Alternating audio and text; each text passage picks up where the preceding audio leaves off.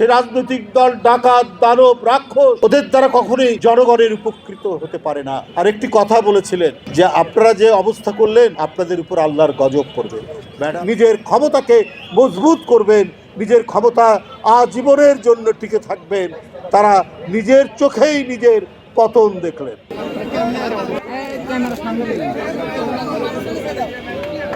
আমরা মানব সেবার জন্য কাজ, শুধু নিজের ব্যক্তিগত কতটুকু ভালো হলো না হলো তার জন্য নয়। রাজনীতির মুখ্য উদ্দেশ্য মানব সেবা। বাংলাদেশ জাতীয়তাবাদী দল আমরা সেই নীতি নিয়েই অগ্রসর হচ্ছি।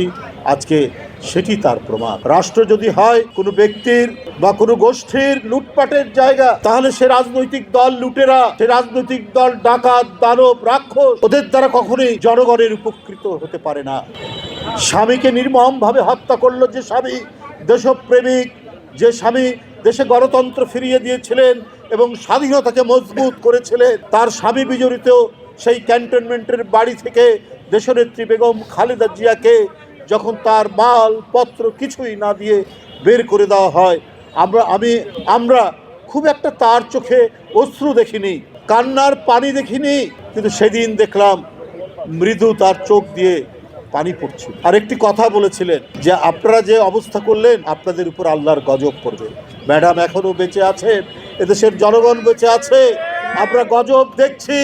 যারা মনে করেছে বিরোধী দলের ছেলেদেরকে বিচার বহির্ভূত হত্যা করে নিরুদ্দেশ করে দিয়ে, গুম করে দিয়ে, তাদেরকে পাতালে ফেলে দিয়ে, তার পরিবার থেকে বিচ্ছিন্ন করে, মায়ের কাছ থেকে দূরে সরিয়ে দিয়ে, স্ত্রীর কাছ থেকে দূরে সরিয়ে দিয়ে নিজের ক্ষমতাকে মজবুত করবেন, নিজের ক্ষমতা আজীবনের জন্য টিকে থাকবেন, তারা নিজের চোখেই নিজের পতন দেখলেন।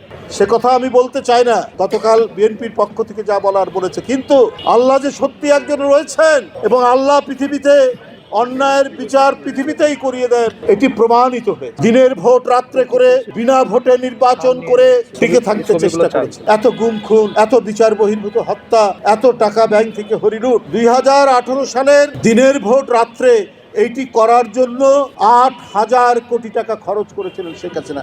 এই টাকাটা কোথা থেকে পেয়েছেন? নিজেদের ব্যবসায়িক গোষ্ঠীকে দিয়ে চাঁদা তুলিয়েছেন, ব্যাংক থেকে হাজার হাজার কোটি টাকা ঋণ নিয়েছে। এইভাবে 8,000 কোটি টাকা, এর মধ্যে 3,000 কোটি টাকা যারা যে সমস্ত প্রশাসনের কর্মকর্তা, পুলিশ, গোয়েন্দা সংস্থা এই কাজের রপ্ত ছিলেন, দিনের ভোট রাত্রে তাদেরকে দিয়েছেন। আর 5,000 কোটি টাকা নিজেরা ভাগ পাটরা করছেন, তাও 4 জন শেখ হাসিনার ঘনিষ্ঠ লোক। এটা কি মানুষ সইবে? ব্যাংকে কার টাকা থেকে? জনগণের টাকা থেকে। বেসিক ব্যাংক লুট করেছেন কার টাকা? জনগণের টাকায়। সোনালী ব্যাংক লুট করেছেন কার টাকা? জনগণের টাকা। বাংলাদেশ ব্যাংক থেকে আপনি যে 800 কোটি টাকা হাওয়া হয়ে গেল, কার টাকা? জনগণের টাকা। ইসলামী ব্যাংক লোপাট করেছেন। আরে এর যে মালিক, যার কাছে মালিকানা দিলেন, এর সালাম, তার যে গার্ড, তার যে প্রহরী, বাসাল্য করে একটা চাকরের মতো, তারই কয়েক হাজার কোটি টাকার পাওয়া গেছে, প্রমাণ পাওয়া গেছে। এটা তো আল্লাহ কখনো সহ্য করবে না। এই পরিস্থিতি সেদিন তৈরি হয়েছে।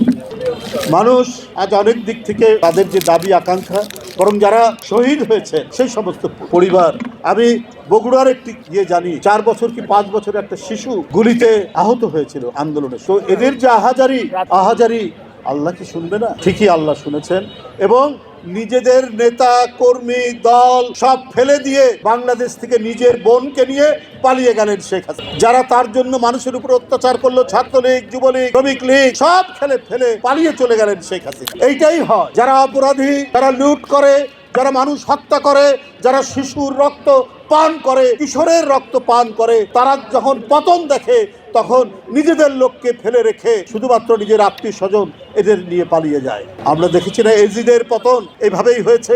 আমরা ইসলামের ইতিহাস থেকে জানি কত তার দম্ভ, কত কি ফোরাত নদীর সেই বিয়োগান্তক ঘটনা ঘটার পর সব তার হাতে ক্ষমতা, কিন্তু যখন পতন হলো, ভয়ঙ্কর পতন। হিটলার তার লাশই খুঁজে পাওয়া গেল না। আরো পৃথিবীর ভয়ঙ্করতম নজির রয়েছে। এদের পরিণতি তাই হয়, এদের কবর পাওয়া যায় না পর্যন্ত। মীর জাফর নিজের জনগণের সাথে বেইমানি করেছেন, শেষে কুষ্ঠ রোগে ঢুকে মারা গেছে। যারা নিজের দেশের সাথে বেইমানি করে, স্বাধীনতার সাথে বেইমানি করে, যারা জনগণের রক্ত চুষে খায়, তাদের পরিণতি অত্যন্ত খারাপ। বন্ধুরা আমার, আজকে যে উদ্দেশ্যে আমরা বিএনপি পরিবার যে মানবধর্মী কাজ আজকে উদ্বোধন করলেন এবং করবেন, আমি তাদের আরো সাফল্য কামনা করি।